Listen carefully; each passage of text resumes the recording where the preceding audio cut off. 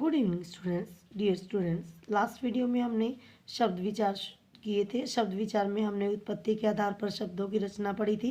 अब हम पढ़ेंगे, इस वीडियो में हम पढ़ेंगे व्युत्पत्ति के आधार पर शब्दों को व्युत्पत्ति के आधार पर उत्पत्ति के या रचना के आधार पर भी बांटा जाता है। तो अब हम पढ़ेंगे रचना के आधार पर शब्दों के प्रकार। रचना के आधार पर या उत्पत्ति के आधार पर शब्द जो है वो 3 प्रकार के होते हैं। सबसे पहला है रूढ़ शब्द, उसके बाद यौगिक शब्द और तीसरा है योग रूढ़ शब्द। सबसे पहले हम पढ़ेंगे रूढ़ शब्द।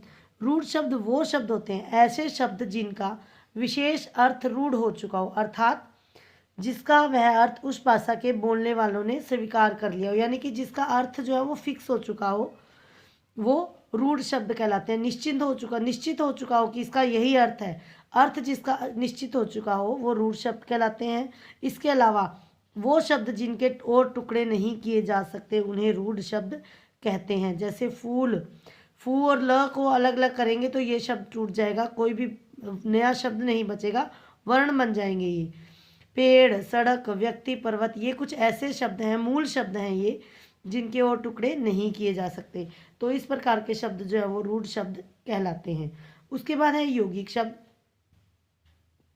यौगिक शब्द 2 या 2 से अधिक रूढ़ शब्दों के मेल से, योगी नाम से स्पष्ट हो रहा है, यौगिक यानी योग से बने हुए, योग से यानी जोड़कर बने हुए, कंबाइंड, इसका इंग्लिश वर्ड वो मीन देखिए बेटा, कंबाइंड वर्ड, ठीक है, मतलब कि जुड़कर जो बने हैं, जो 2 या 2 से अधिक रूढ़ शब्दों के मेल से बने हों और जिसके टुकड़े करने पर वो दोनों शब्द अपना अपना अर्थ देते हैं। जो उनका रियल अर्थ है, जो रूढ़ शब्द है ना, इसलिए वो अपना ही अर्थ देंगे, उनका अर्थ चेंज नहीं होगा, तो वो यौगिक शब्द कहलाते हैं। जैसे पुस्तकालय, एक एग्जाम्पल बताती हूँ मैं आपको। पुस्तकालय में देखिए बेटा, पुस्तकालय शब्द में पुस्तक प्लस आलय, पुस्तकालय शब्द 2 शब्दों से बना हुआ है, पुस्तक प्लस आलय। पुस्तक का मतलब होता है किताब, आलय मतलब घर, यानी कि जब इनको अलग अलग किया जाता है, 2 शब्दों से बना हुआ है पुस्तकालय शब्द, पुस्तक और आलय को मिलाकर पुस्तक का मतलब पुस्तक ही है और आलय का मतलब घर ही है।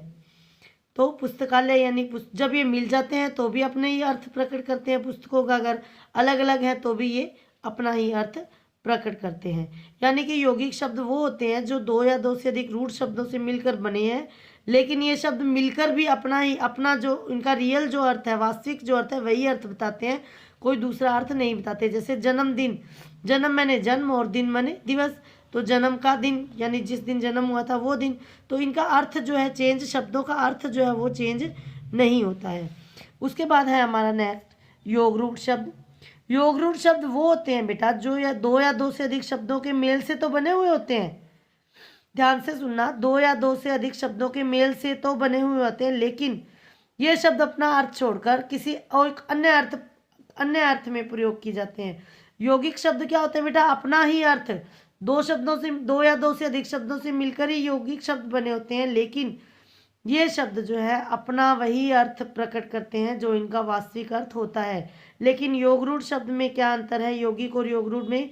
योग रूढ़ शब्द जो होते हैं वो 2 या 2 से अधिक शब्दों के मेल से बने होते हैं, लेकिन वो अपना अर्थ छोड़कर अन्य अर्थ प्रयोग में लाते, उनकी अन्य अर्थ जो है वो प्रयोग किया जाता है, उन्हें योग रूढ़ शब्द कहा जाता है। जैसे नीलकंठ, नील मने नीला, कंठ मने कंठ यानी गला, नीला गला, तो इसको नीला गला नहीं बोला जाएगा। अगर ये यौगिक शब्द होता तो नीला गला ही बोला जाता, नीला कंठ ही बोला जाता, लेकिन अब क्या नीलकंठ कहा जाएगा शिव को।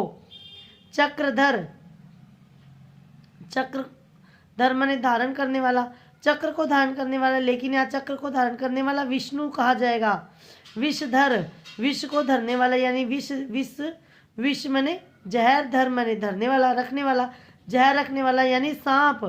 तो इस तरह से ये अपना अलग अर्थ प्रकट करते हैं, अपना अर्थ छोड़कर दूसरा कोई और अर्थ प्रकट करते हैं, वो योग रूढ़ शब्द होते हैं।